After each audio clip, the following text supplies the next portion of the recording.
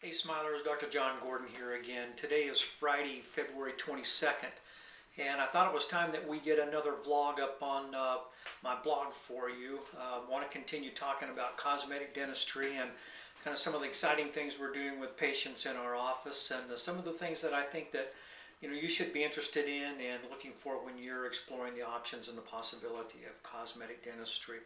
One thing I want to talk about first, though, is a book here that I read recently. As many of you know, I'm a big reader, and this is Rules of Thumb. The book is written by Alan Weber, and it is a book that talks about 52 truths for winning a business without losing your self, your personal self.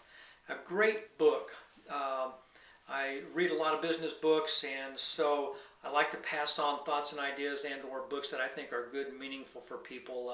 Kind of like trying to not continually reinvent the wheel, but just kind of share information so that people can get to things that they want to start reading and read things that are of interest of other people. And so just passing on the idea. Rule number one of Alan's book, he talks about fear.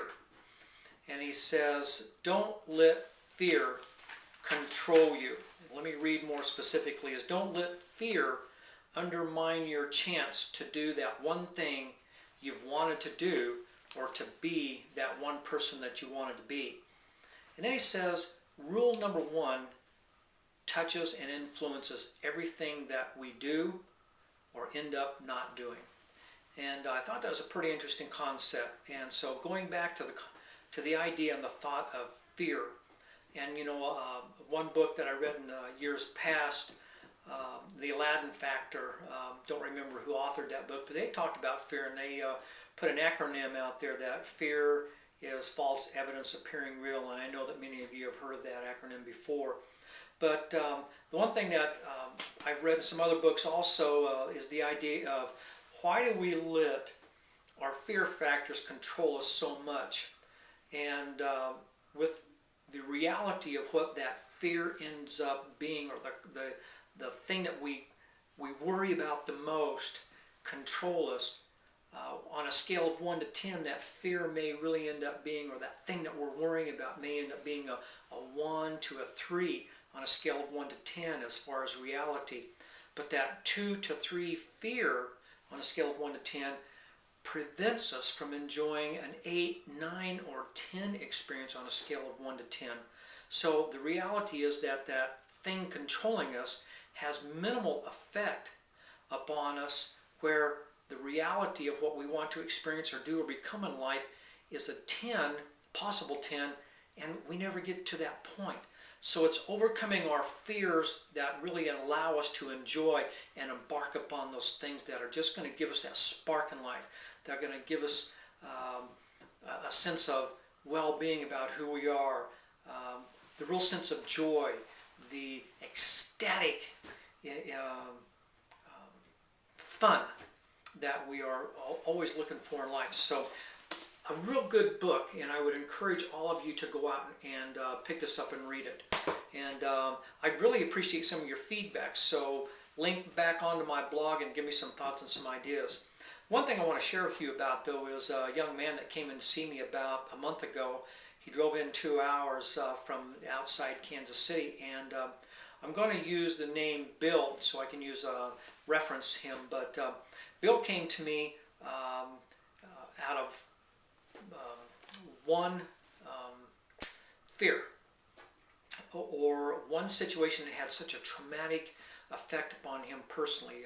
He has a small business in this town, and one of his wife's best friends came to his wife one day and told her, he says, your husband Bill is really a nice guy, but he really needs to fix his teeth. His teeth just look horrible.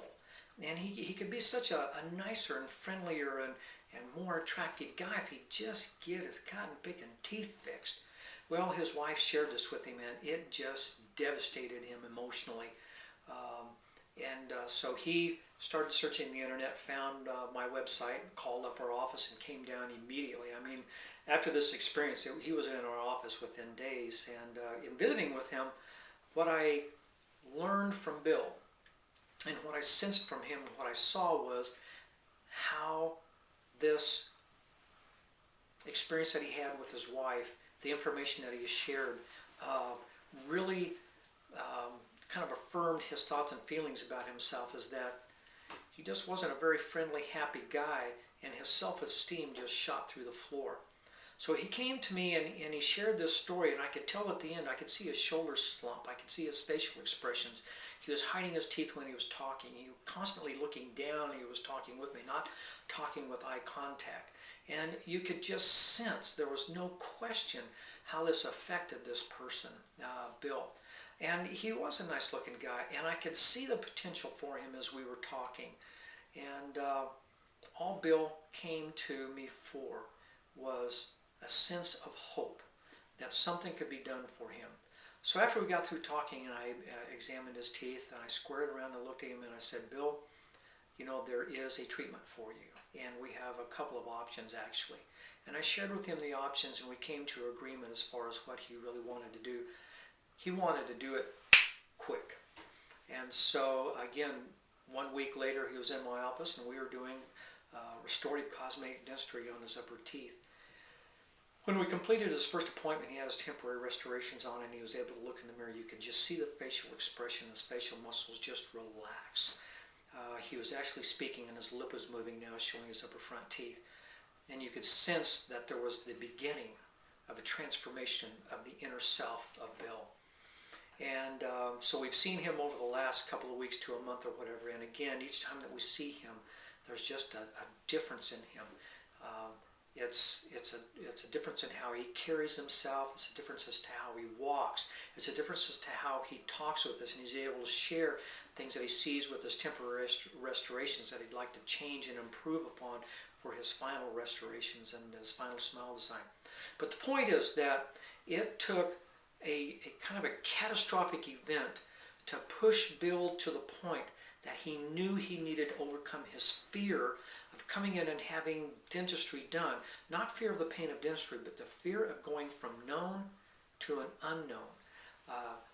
What was he going to look like when he was done with his work? Exactly how was it going to change him, and what effect was it going to have upon him personally? So it's been a very exciting event with Bill. We haven't finalized his restorations yet because he has a little bit of healing to do from some of the work that we've done. So I'll show some pictures before and after when he's finished with his case, and I'll put them on my blog. But this goes back to rule number 1, is don't let the fear control us to the point to where we don't enjoy life as life was meant to be enjoyed by us. Don't let fear prevent you from becoming the person that you want to become. Don't let fear prevent you from becoming the successful person in a business, the successful person in a relationship, the successful person in any numerous things that you want to do and become in life.